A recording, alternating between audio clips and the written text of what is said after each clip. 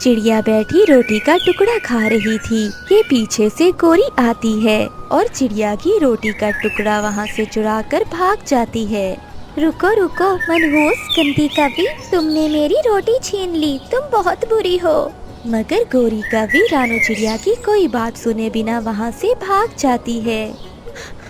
कालू कालू, रोटी देखो, मैं चिड़िया से रोटी छीन कर लाई हूँ। रोटी? मुझे रोटी खाए कितने ही महीने हो गए हैं। कालू कौवा उछलने लगता है। कालू जी, मैं भाग कर आई हूँ, बहुत प्यास लगी हुई है, मैं नदी से पानी पी आऊँ, तुम रोटी का ध्यान रखना।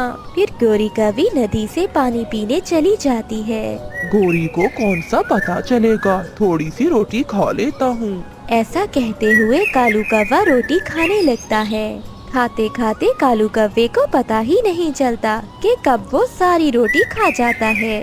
थोड़ी देर बाद गोरी कवि भी आ जाती है। कालू, रोटी कहाँ है?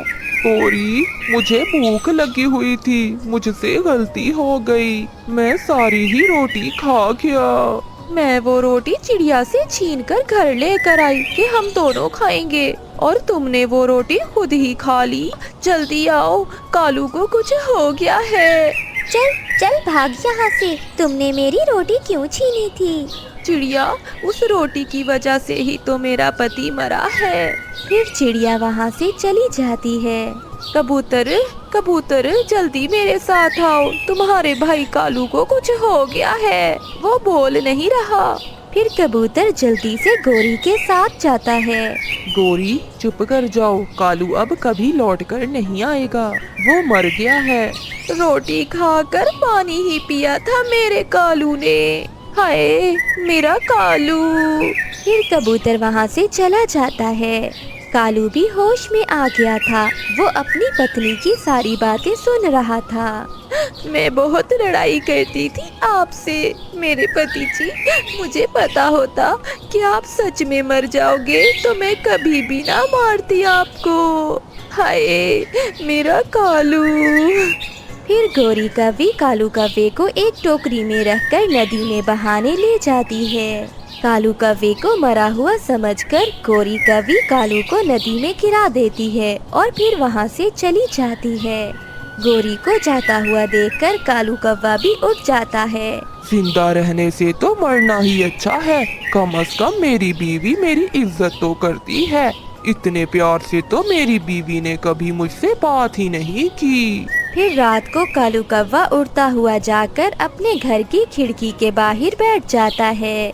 अपने पति को मारकर बहुत आराम से सो रही हो तुम, बहुत जालिम हो तुम। गोरी कवि भी आवाज सुनकर जाग जाती है। भूत भूत, कोई मुझे बचाए, भूत आ गया है।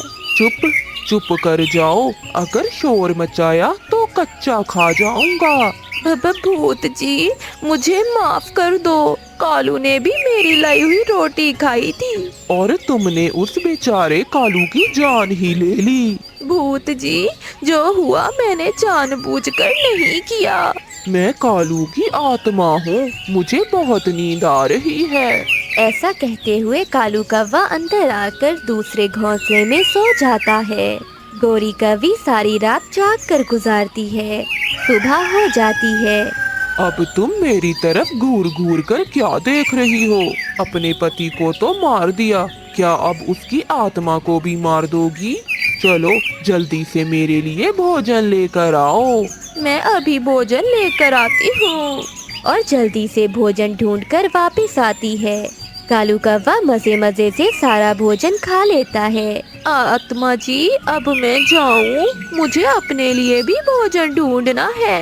हाँ हाँ जाओ, जब तक मैं थोड़ा सो लेता हूँ।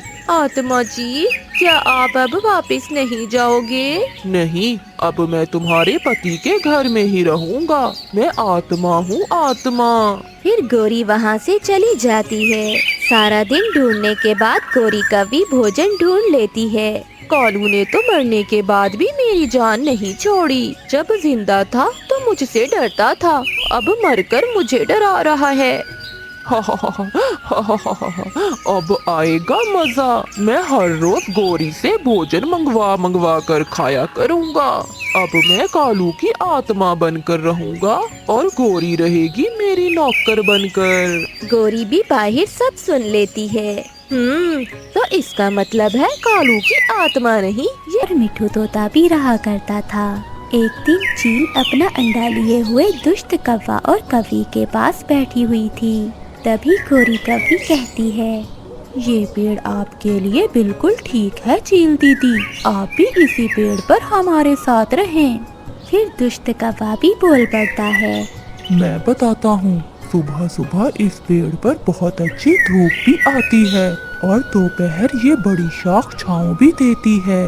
वो दोनों पति पत्नी ये सब बातें चील को बता रहे थे, क्योंकि वो चील उस जंगल में नई नई आई थी। गोरी कवि और कालू कव्वे की यही ख्वाहिश थी कि वो चील उनके पास घोंसला बनाए।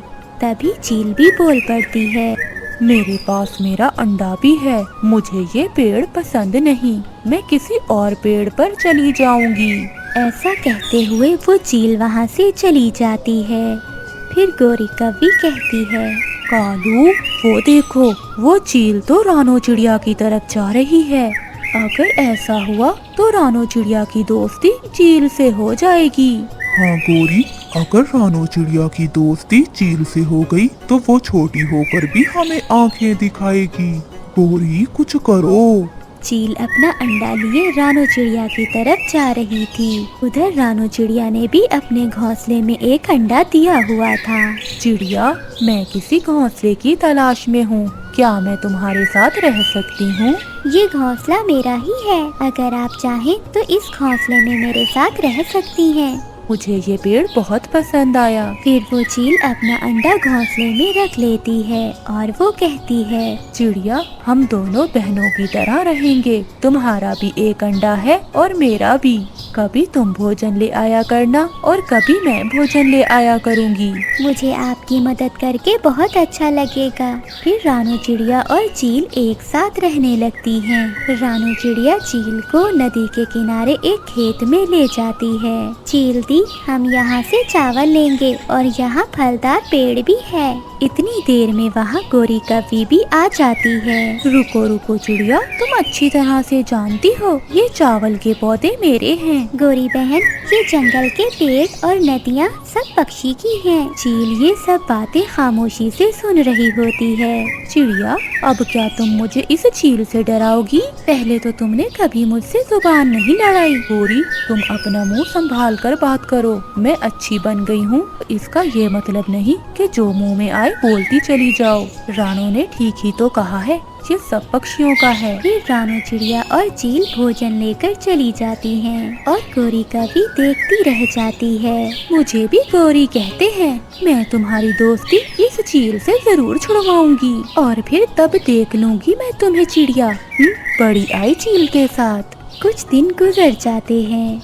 एक दिन चील और रानो चिड़िया नदी पर पानी पीने गई हुई थी और गोरी कवि उन्हें छुपकर देख रही थी। वो जल्दी से उड़कर रानो चिड़िया के घोंसले की तरफ जाती है और जल्दी से रानो चिड़िया का अंडा उठाकर चील के घोंसले में रख देती है और चील का अंडा उठाकर रानो चिड़िया के घोंसले में रख देती है। शुरुआत तो हो गई, अब देखना मैं तुम दोनों को कैसे एक दूसरे का दुश्मन बनाती हूँ। फिर गोरी कवि वहाँ से चली जाती है। जब वो दोनों वापस आती हैं तो उन्हें मालूम ही नहीं होता कि गोरी कवि ने उनके अंडे बदल दिए हैं। फिर रानो चिड़िया चील से कहती है, चील दीदी, आपके अंडे से बच्चा कब निकलेगा? अभी 5 दिन बाकी हैं। और चिड़िया बहन, आपके अंडे से कब निकलेगा बच्चा? मेरे अंडे से बच्चा निकलने में अभी 3 दिन बाकी हैं। वो दोनों घोंसले में बैठी ऐसे बातें कर रही थी। दूसरे दिन चील अपने अंडे पर बैठी हुई थी। तभी उसे अंडा ज्यादा गर्म महसूस होता है, इसलिए वो चील डर जाती है और कहती है, रानो बहन इधर आओ मेरे पास। फिर रानो चिड़िया चील के पास चली जाती है। चिड़िया बहन, यहाँ तो बहुत धूप आ रही है और मेरा अंडा बहुत गर्म हो गया है, इससे तो मेरा अंडा खराब हो जाएगा, मुझे कहीं और जाना होगा। चील दीदी, आप अपना अंडा मेरे घोंसले में रख लें। नहीं चिड़िया, मैं माँ हूँ, मुझे अपने अंडे को लेकर कहीं और जाना होगा। मगर चील दीदी आप कहाँ जाएंगी? मैं पुराने जंगल में बड़े पेड़ों के पास चली जाऊंगी। मुझे ऐसे लग रहा है कि यहाँ मेरा अंडा सुरक्षित नहीं रहेगा। चिड़िया, अगर जीवन रहा तो फिर कभी मिलूंगी। फिर चील अपना अंडा उठाकर वहाँ से दूसरे जंगल के लिए रवाना हो जाती है। रानू चिड़िया की चील से अच्छी दोस्ती हो गई थी। चील के जाने के बाद रानू चिड़िया उदास हो जाती है, लेकिन फिर वो अपना ध्यान अपने अंडे की तरफ करती है। गोरी और कालू एक पेड़ पर बैठे चील को अंडा ले जाते हुए देख रहे थे। गोरी, ये चील अंडा लेकर कहाँ जा रही है? चलो कालू, चलकर रानू चिड़िया से पूछते हैं। फिर वो दोनों रानू चिड़िया के घोंसले की तरफ जाते हैं और रानू चिड़िया के घोंसले में पहुंचकर गोरी कभी कहती है, चिड़िया, कहाँ गई तुम्हारी दोस्त? गोरी बहन किसी दूसरे जंगल में चली गई हैं। यहाँ उनके अंडे पर बहुत धूप पड़ रही थी। चली गई, वो चली गई। अब तुम जाकर दिखाओ ना नदी के किनारे चावल लेने। उस दिन तो बड़ी टैं कर रही थी। अगर अब तुम नदी पर आई, मैं तो तुम्हारी चोंच ही तोड़ दूंगी। मगर रानू चिड़िया तो चुप ही रहती है। रात हो जाती है। गोरी कौवी और कालू कौवा अपने घर में बैठे हुए थे। अब जल्दी से चिड़िया के अंडे से बच्चा बाहर आए, फिर देखना चिड़िया को सरप्राइज मिलेगा। वो कैसे गोरी? क्योंकि कुछ दिन पहले मैंने चिड़िया और चील के अंडे एक दूसरे से बदल दिए थे। वाह गोरी वाह, क्या बात है, तुमने तो कमाल ही कर दिया। दूसरे दिन रानू चिड़िया अपने घोंसले में बैठी हुई थी। उसे अपनी ओर आता हुआ एक इंसान दिखाई देता है, जिसके हाथ में एक कुल्हाड़ी थी। वो इंसान रानू चिड़िया के पेड़ के पास आकर खड़ा हो जाता है और उस पेड़ को काटने लगता है। फिर रानू चिड़िया उस लकड़हारे से कहती है, रुको लकड़हारे रुको, इस पेड़ पर मेरा घोंसला है, कृपया आप इस पेड़ को ना काटें। मगर वो इंसान रानू चिड़िया की परवाह किए बगैर उस पेड़ को काटने लगता है। रानू चिड़िया भी बेबस थी, वो क्या कर सकती थी, इसलिए वो अपना घोंसला उठाकर वहाँ से चली जाती है। वो रो रही थी।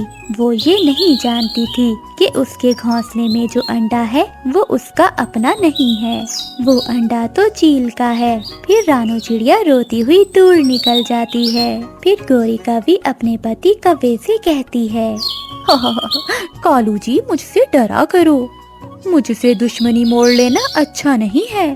देखा ना उस चिड़िया को, कैसे मैंने उसे चील से अलग कर दिया है और दोनों भागने में मजबूर हो गए। फिर रानू चिड़िया एक जंगल में जाकर पेड़ पर अपना घोंसला बना लेती है। दूसरी ओर कालू कौवा हंसते हुए कहता है, वो अपने बच्चों को देखकर तुम्हें याद किया करेंगे गोरी। वो पति पत्नी बहुत खुश थे। दूसरी ओर चील ने भी अपना घोंसला बना लिया था और रानू चिड़िया भी आज बहुत खुश थी, क्योंकि उसके अंडे से बच्चा निकलने वाला था। फिर कुछ ही देर में रानू चिड़िया का अंडा जोर जोर से हिलने लगता है और अंडे से जब बच्चा निकलता है तो रानू चिड़िया देखकर हैरान हो जाती है और रोते हुए कहती है, अरे ये क्या, ये तो मेरा बच्चा नहीं है, ये तो मेरी सहेली चील का बच्चा है। ऐसे कब हो गया? हमारे अंडे को किसने अदला बदली किया होगा? मम्मा, मैंने तो सोचा था मेरे आने पर आप खुश होंगी और मिठाइयाँ बांटेंगी, लेकिन आप खुश होने की बजाय ऐसे रो क्यों रही हो मम्मा? रानू चिड़िया उस बच्चे को कैसे बता सकती थी कि वो उसकी माँ नहीं है, उसकी असल मम्मा तो चील है। दूसरी ओर चील के अंडे से भी बच्चा बाहर आ जाता है। उसे देखकर चील नाराज हो जाती है। तभी छोटा बच्चा कहता है, मम्मा, आप ऐसे मुँह लटकाए क्यों खड़ी हैं? क्या मैं बदसूरत हूँ? क्या मैं बहुत बुरा हूँ जो आप मुझे देखकर नाराज हो रही हैं? नहीं नहीं बेटे, तुम तो बहुत खूबसूरत हो, तुम बहुत अच्छे हो मेरे बेटे। ये कैसे हुआ? मेरा अंडा मेरी सहेली के अंडे से कैसे बदल गया, ये तो मुझे मालूम नहीं, लेकिन हो ना हो ये गोरी कौवी का ही काम हो सकता है। मम्मा, मुझे कुछ खाने को दो, मुझे भूख लगी है। ठीक है मेरे बेटे, मैं तुम्हारे लिए अभी भोजन लेकर आती हूँ। फिर वो चील वहाँ से चली जाती है और वो अपने बेटे यानी अपनी सहेली के बेटे के लिए कुछ फल लेकर आती है। और इधर रानू चिड़िया भी अपने बेटे को मीठे फल खिला रही थी, लेकिन रानू चिड़िया अभी तक रोती जा रही थी। नहीं खाऊंगा मम्मा, ये फल मैं नहीं खाऊंगा। जब तक आप रोना बंद नहीं करेंगी मैं नहीं खाऊंगा। फिर जैसे तैसे रानू चिड़िया चुप कर जाती है और अपने बच्चे से कहती है, लो बेटा, मैं चुप हो गई, अब मैं कभी नहीं रोऊंगी। ये फल तुम खा लो। कुछ ही दिनों में जंगल के सभी पक्षियों को पता चल जाता है कि रानू चिड़िया के पास अपना बच्चा नहीं बल्कि एक चील का बच्चा है। फिर मिट्ठू तोता और कबूतर रानू चिड़िया के पास जाते हैं। फिर कबूतर रानू चिड़िया से कहता है, चिड़िया, मैंने तो तुम्हें एक ईमानदार पक्षी समझकर अपने जंगल में जगह दी थी, पर मुझे क्या पता था तुम तो एक चील का अंडा चुरा कर लाई हो। मुझे नहीं पता कि ये कैसे हुआ। मुझे लगता है किसी ने मेरा अंडा चील के अंडे से बदल दिया है। तो इसके लिए आपको इसकी पुरानी माँ को ढूंढना पड़ेगा। मैंने सुना है कि सारे चील पुराने जंगल में रहते हैं। मिट्ठू की ये बात सुनकर रानू चिड़िया को भी याद आता है। मैं ये अंडा लेकर पुराने जंगल में चली जाऊंगी। फिर रानू चिड़िया कहती है, मैं जाऊंगी, मैं जरूर जाऊंगी और अपनी सहेली चील को ढूंढ लाऊंगी। फिर रानू चिड़िया देर न करते हुए अपने बच्चे को लेकर वहाँ से उड़ती है। इधर चील की जाति का एक और चील के पास आता है। चील, ये बच्चा तुम खाने के लिए लाई हो, इसमें से आधा हिस्सा मुझे देना। ये सुनकर वो छोटा सा बच्चा हंसने लगता है। आंटी, कोई माँ भी अपने बच्चे को खाती है? ये तो मेरी मम्मा है। मम्मा, आप यहाँ से चली जाओ, मैं बहुत परेशान हूँ। जाओ आप यहाँ से। इधर चील को क्या मालूम था कि चिड़िया का बच्चा क्या खाता है और क्या पीता है। वो बहुत परेशान होने लगी और सारा दिन भोजन ढूंढने के बाद वो एक नरम सा फल लेकर आती है। चिड़िया का बच्चा चील से कहता है, मम्मा, मुझे ये बताएं कि आपने क्या खाया है? मुझे भूख नहीं है बेटे, तुम ये फल खा लो। नहीं मम्मा, मैं समझ सकता हूँ कि आपको भी भूख लगी हुई है। अगर आप ये फल नहीं खाओगे तो मैं भी नहीं खाऊंगा। फिर वो चील और चिड़िया का बेटा मिलकर फल खाने लगते हैं। इधर रानू चिड़िया भी अपने बेटे को फल ला कर देती है। फिर रानू चिड़िया अपनी सहेली को ढूंढने निकल जाती है। ऐसे ही चील अपने बेटे को लेकर और रानू चिड़िया अपने बेटे को लेकर एक दिन एक पेड़ के नीचे मिल जाते हैं। चिड़िया बहन, ये काम जरूर उस गोरी कवि का होगा। हमने उस दिन उसे नदी के पास डांटा था, उसने हमसे इसलिए बदला लिया है। ये लें, आप अपना बच्चा ले लें और मेरा बच्चा मुझे वापस कर दें। फिर वो दोनों एक दूसरे से बच्चे को अदला बदली कर लेते हैं। मम्मा, मैं इसके पास नहीं रहूंगा, मैं आपके पास रहूंगा। हाँ चील मामा, मैं भी आपके पास रहूंगा, इसके पास नहीं रहूंगा। चील सहेली, मेरा बच्चा आपके बगैर नहीं रह सकता और आपका मेरे बगैर नहीं रह सकता। क्यों ना हम एक काम करते हैं, क्या चिड़िया सहेली? क्यों ना हम दोबारा की तरह एक पेड़ पर ही रह लें। हाँ सहेली, ये बहुत अच्छा रहेगा। फिर वो दोनों खुशी खुशी एक ही पेड़ पर रहने लगते हैं। प्यारे दोस्तों, कहानी को लाइक करना मत भूलिएगा। आपका धन्यवाद। पुराने जमाने की बात है। 3 दोस्त रानो चिड़िया, मिट्ठू तोता और कालू कौवा जा रहे थे कि रास्ते में रानो चिड़िया की नजर जमीन पर गिरी एक फाफ्ता पर पड़ती है। फिर रानो चिड़िया नीचे आती है। आप तो बहुत बीमार लग रही हो, शायद आप गर्मी के कारण बेहोश हो गई हो। मैं आपके लिए जल्दी से पानी लेकर आती हूँ। तब तक कालू भाई और मिट्ठू भाई, आप इनका ध्यान रखना। फिर रानो चिड़िया पास में ही नदी पर जाती है और एक मिट्टी के बर्तन में पानी भर के उस बूढ़ी फाफ्ता को पिलाने लगती है। बूढ़ी फाफ्ता पानी पीने के बाद रानो का धन्यवाद करते हुए कहती है, अरे बेटा, आप बहुत अच्छी हो। आप चाहती तो मुझे नजरअंदाज करके चली जाती, परंतु आपने मेरी मदद की। आप जैसे पक्षी जमाने में बहुत कम हैं। अगर सब पक्षी आपकी तरह ही रहें तो हमारे जंगल में हर तरफ सुख और शांति हो। हमें एक दूसरे की हमेशा मदद करनी चाहिए। क्या पता कभी हम मुसीबत में हो और दूसरा भी हमारे काम आ सके। साफ्ता माँ जी, अगर आप अपना घर का पता बता देती तो हम सब दोस्त आपको आपके घर तक पहुँचा देते। रोनो, तूने पहले ही हमारा बहुत समय जाया किया है। अब ये फाफ्ता चली जाएगी अपने घर। प्लीज अब तू चलना हमारे साथ, हमें भोजन ढूंढने जाना है। अरे हाँ, कालू बिल्कुल ठीक कह रहा है। राना, मदद तो करते ही रहेंगे, अभी भोजन की खोज कर लेते हैं। भूखा थोड़ी सोना है हमने। आप दोनों भले जाएं। मैं बूढ़ी फाख्ता को उनके घर छोड़कर अपने लिए भोजन की खोज करने को निकल जाऊंगी। तोता और काला कौवा वहाँ से चले जाते हैं। रानो चिड़िया बूढ़ी माँ जी को उनके घर छोड़कर आती है। बेटी, तू बहुत अच्छी है। मैं तेरी मदद करना चाहती हूँ। मैं तुझे एक जादुई मटका देना चाहती हूँ। तू वो जादुई मटके को चूल्हे पर रखकर जिस चीज का नाम लेगी वह चीज तेरे सामने होगी बेटी। मगर याद रखना, जिसने भी लालच की उसने कुछ न पाया और जो था वह गवा लिया। फिर रानो चिड़िया खुशी खुशी जादुई मटके को लिए अपने घर आ जाती है और घर आने के बाद वह अपने दोनों दोस्तों को सारी बात बताती है। कालू तो हंसने लगता है। हो, पागल बनाया तुझे। तुझे पागल बना दिया उस बढ़िया ने। तुझे ये पुराना सा मटका देकर बेवकूफ बना दिया। अरे रानो, तुम सच में बहुत बहुत बहुत भोली हो। अपने दोस्तों की ये बातें सुनकर तो रानो को लगने लगा जैसे शायद बूढ़ी फाख्ता ने उसे पागल ही बनाया है। और फिर रानो चिड़िया उस मटके को रख देती है। ऐसे कुछ दिन बाद रानो चिड़िया की नजर उस मटके की तरफ पड़ती है तो रानो उस मटके को चूल्हे पर चढ़ाती है और सोचती है कि काश इस मटके में कढ़ी बन जाए। देखते ही देखते उस मटके में कढ़ी बन जाती है, जिसे देखकर तो रानो को विश्वास ही नहीं आ रहा था।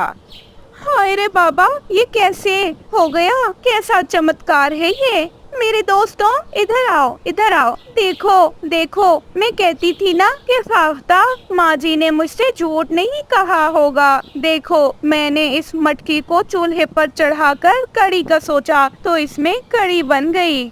कालू और मिट्ठू दोनों ही दंग रह गए थे। उन्हें तो अभी तक अपनी सहेली की बात का विश्वास ही नहीं हो रहा था। उन्हें अभी भी लग रहा था जैसे रानो कोई मजाक कर रही हो। परंतु मिट्ठू तोता बहुत खुश होता है। कालू को तो अब मन ही मन में जलन हो रही थी और वो अपने मन में ऐसा सोच रहा था, अरे मुझे पता होता तो मैं कर देता मदद उस फाख्ता की, परंतु मेरा तो भाग ही फूटा। इस रानो ने कर दी उसकी मदद। खैर, मुझे कौन सा फर्क पड़ता है, मैं तो चुरा ही लूंगा ये मटका। फिर मिट्ठू रानो के साथ वो कढ़ी खाता है। मिट्ठू भी बहुत खुश था। अरे रानो, तुमने बहुत अच्छा किया जो इस मटके में ये स्वादिष्ट सी कढ़ी ही मांगी। सच में मुझे कढ़ी बहुत पसंद है और ये कढ़ी तो इतनी स्वादिष्ट है कि जिसकी कोई दूसरी मिसाल नहीं। मैंने आज से पहले इतनी स्वादिष्ट कढ़ी कभी नहीं खाई। सच में ये कढ़ी बहुत अच्छी है और वो फाख्ता भी अच्छी थी। अरे मुझे माफ करना रानो, मैंने तुम्हें उस समय मना किया कि तुम फाख्ता की मदद न करो, लेकिन अगर तुम मदद न करती तो आज हमारे पास ये जादुई मटका नहीं होता। अरे मिठू भाई, हमें कभी किसी की मदद इस सोच से नहीं करनी चाहिए कि वो हमारे काम आएगा। कोई हमारे काम आए ना आए, हमें दूसरे की मदद करनी चाहिए। लेकिन ये हकीकत है कि अगर आप किसी की मदद करो तो वो भी आपके काम जिंदगी में कभी न कभी जरूर आता है। मुझे विश्वास था कि फाख्ता माजी झूठ नहीं कह रही, लेकिन जब मैंने आप दोनों की बातें सुनी तो मुझे भी लगा कि फाख्ता माजी ने मुझे धोखा दिया और मुझसे झूठ कहा, परंतु मैं गलत थी। फाख्ता माजी ने मुझसे झूठ नहीं कहा था, सच में ये मटका जादुई है। मिट्टू भाई, अभी आपको कुछ और खाना हो तो बताइएगा, मैं जरूर इस मटके से मांग कर आपको दूंगी। अरे मुझे अभी बिरयानी खाने का मन हो रहा है, बस थोड़ी सी, क्या ये मटका मुझे देगा?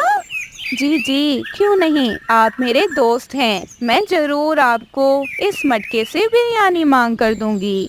रानो उस मटके से बिरयानी मांगती है, वो मटका रानो को बिरयानी भी दे देता है। वो दोनों बिरयानी खाते हैं, परंतु कालू तो बिरयानी नहीं खाता, क्योंकि उसने तो कुछ और ही सोचा हुआ था। उसके प्लान तो बिल्कुल मुख्तलिफ थे और कोई भी नहीं जानता था कि कालू आज रात ही मटके को चुरा लेगा। ऐसे रात के समय में कालू कौवा मटके को उठा लेता है और वे सोचता है कि वह ये मटका लेकर किसी और जंगल में रहने लगेगा, परंतु जैसे ही कालू कौवा मटके को हाथ लगाता है, वैसे ही कालू को जोरदार करंट लगता है और कालू चिल्लाता है, ओ बचाओ, लग गई, हाय, इतनी जोर से लग गई।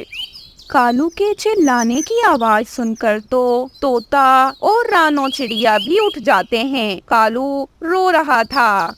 मुझसे गलती हो गई, रानो मुझे माफ कर दो, सच में मैं दोबारा चोरी नहीं करूँगा, और हाँ, अब तो मैं तुम्हारे इस जादुई मटके से मिली कोई चीज भी नहीं खाऊंगा।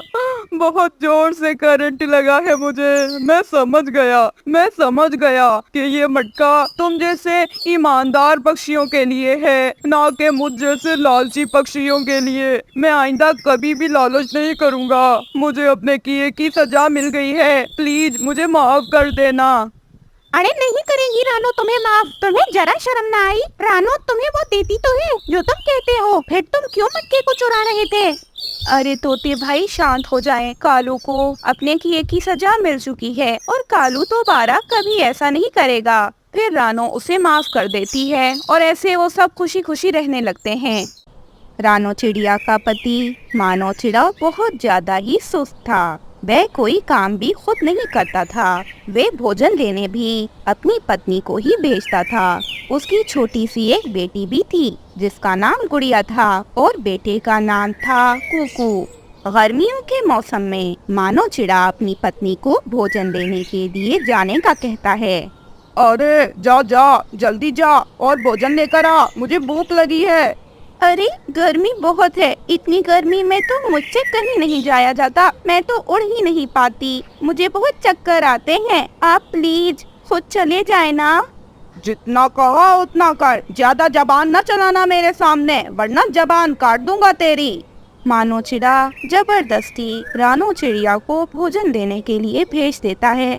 जंगल में बहुत खोज करने पर भी रानो चिड़िया को भोजन नहीं मिल पाता, इसीलिए रानो दूर निकल जाती है। उसे पानी भी रास्ते में कहीं पर नहीं मिलता। अब तो रानो को चक्कर आने लगे थे। अपने बच्चों को अपने घर से बाहर जाने का कहने लगता है।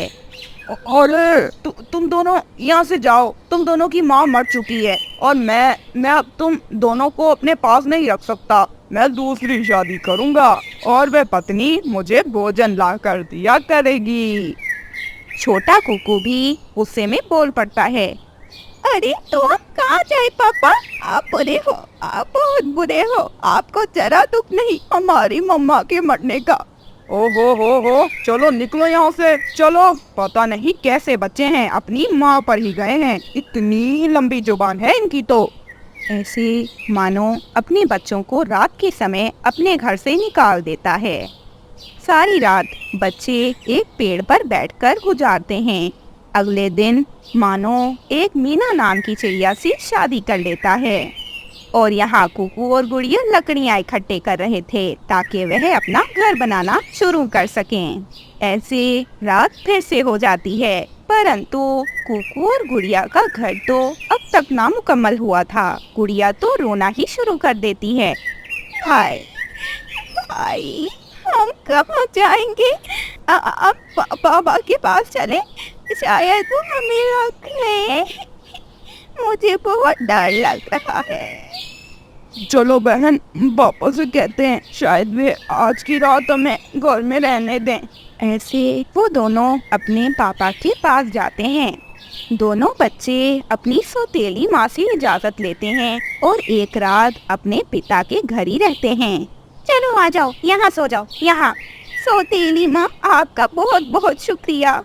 ऐसे अगले दिन सुबह सवेरे अपनी सौतेली माँ और पिता के उठने से पहले पहले गुड़िया और कुकू अपने घर को छोड़कर चले जाते हैं।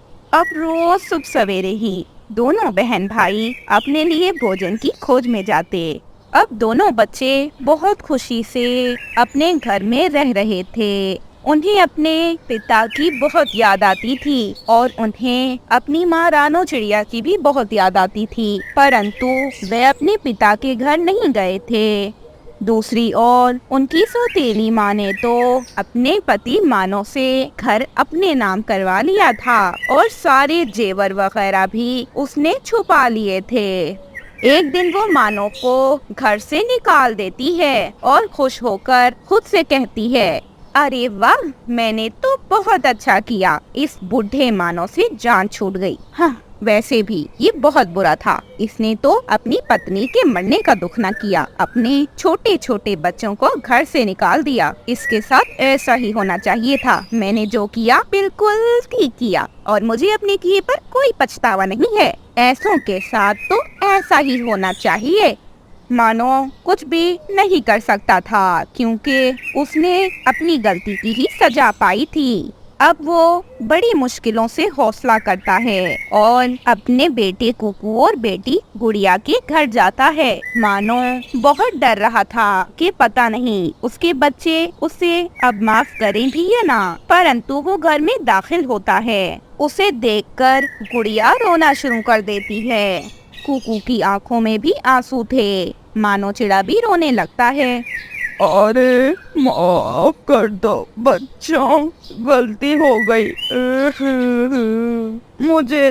मुझे तुम्हारी माँ को इतना तंग नहीं करना चाहिए था और मैंने बहुत गलत किया जो तुम्हारी माँ के मर जाने के बाद दूसरी शादी कर ली।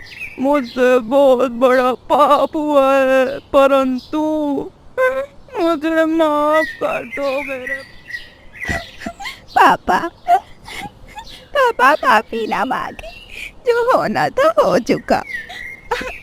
अब हम हमेशा इस घर में खुशी से रहेंगे। पापा, जो सब आपने किया वो भुलाने लायक तो न था, परंतु आप हमारे पापा हैं, चाहे आप जैसे भी हैं। लेकिन पापा प्लीज दोबारा कभी ऐसा मत कीजिएगा। मैं और गुड़िया बहुत रोए थे जब आपने हमें घर से निकाल दिया था। हम दोनों का तो कोई दोष न था ना पापा। अरे बेटा, मुझे माफ कर दो, मैं दोबारा कभी ऐसा नहीं करूँगा। ऐसे कुकू और गुड़िया अपने पापा को माफ कर देते हैं और अब वो सब खुशी से रह रहे थे। मानो चिड़े को अपने किए की सजा मिल चुकी थी और अब वो सुधर चुका था। तो दोस्त, उसी जंगल में एक रानो चिड़िया भी रहा करती थी जो कि अपने बेटे के साथ रहती थी। रात के वक्त कालू कौवा पेड़ पर बैठा था कि सामने उसकी नजर एक घर पर जाती है जिससे रोशनी आ रही थी। कालू उस घर का दरवाजा बजाता है। कबूतर दरवाजा खोलता है। हाँ भाई कौवे जी, क्या काम है आपको? रात के समय हमारे घर क्यों आए हैं आप? और मेरी तबीयत बहुत खराब है, मैं इस जंगल में नया आया हूँ, मैं अब तक घर भी नहीं बना पाया। प्लीज मुझे अपने घर में आज की रात रहने दें, मैं कल चला जाऊँगा। कबूतर फौरन से कालू को घर के अंदर बुला लेता है। अरे कालू जी, हुआ क्या है आपको? हाय हाय, मुझे बहुत चक्कर आ रहे हैं। ऐसे कबूतर और उसकी पत्नी दोनों मिलकर कालू की खूब सेवा करते हैं। अगले दिन कालू कौवा सुबह सवेरे कबूतर और कबूतरी के उठने से पहले पहले ही घर से जाता है और गिद्ध से भोजन लेकर आता है। जब वह वापस आता है और कबूतर और कबूतरी भी उठ चुके होते हैं। कालू, आपकी तबीयत तो बहुत खराब नहीं थी, आप बाहर क्यों गए थे? हाँ हाँ भाई कालू, ये भोजन तुम कहाँ से ले आए? अरे मेरा एक बहुत अच्छा दोस्त है गिद्ध, बस उसी ने दिया है आपके लिए ये भोजन। वह आपसे मिलना चाह रहा है और आपसे दोस्ती करना चाह रहा है। अरे तुम्हारा दोस्त गिद्ध है? गिद्ध तो बहुत जालिम होते हैं कालू, ऐसा ना हो वह तुम्हें खा जाए। तुम दोबारा उसके पास कभी ना जाना। मेरा दोस्त ऐसा वैसा नहीं है, मेरा दोस्त बहुत अच्छा है। वह तो पिछले 80 साल से मेरा दोस्त है। वह मुझे मुफ्त में भोजन देता है। कबूतर कालू की बातों में आ जाता है और कालू से कहता है, अरे कालू भाई, मुझे भी उस गिद्ध से दोस्ती करनी है। मैं भी चाहता हूँ कि बिना मेहनत किए ही भोजन खाया करूँ। अगले दिन कबारी कबूतरी बैठी कबूतर का इंतजार कर रही थी। अरे न जाने कालू कौवा और कबूतर जी कब आएंगे और बहुत सारा भोजन भी खाने को मिलेगा। इतने में भागा भागा मिट्ठू तोता वहाँ पर आ जाता है। अरे बहुत गलत हुआ, बहुत गलत। कबूतरी बहन, किसी ने कबूतर भाई को बड़ी बेदर्दी से मार डाला। कालू जरूर कोई बुरा पक्षी ही था, उसने ही चालाकी करके मेरे कबूतर जी की जान ले ली। रानो चिड़िया कबूतर की बहुत अच्छी सहेली थी। वो कबूतर के मरने की बात सुनकर कबूतरी को दिलासा देने आती है। कबूतरी सारी बात रोते हुए रानो चिड़िया को बता देती है। मैं कबूतर भाई की मौत का बदला लेकर रहूंगी, मैं छोड़ूंगी नहीं उसे। उसने बहुत बुरा किया और न जाने इससे पहले कितने पक्षियों के साथ ऐसा ही कर चुका होगा वो जालिम कौवा। दूसरी ओर बेवकूफ कौवे को ये नहीं पता होता कि कबूतरी ये सब समझ चुकी है कि ये उसी का किया धरा है। वह दोबारा कबूतरी के घर आता है, क्योंकि कबूतर तो मर चुका था लेकिन कबूतरी तो जिंदा थे। ऐसे कुछ पक्षी तो मना कर देते हैं, परंतु कुछ पक्षी उनके साथ चल के ऐसी दिखती थी। और हाँ, अगर ये कहानी आपको अच्छी लगी तो इस कहानी को लाइक कर दें और अभी तक अगर आपने हमारे सब्सक्राइब नहीं किया तो जल्दी से कर दें। आपका बहुत बहुत धन्यवाद।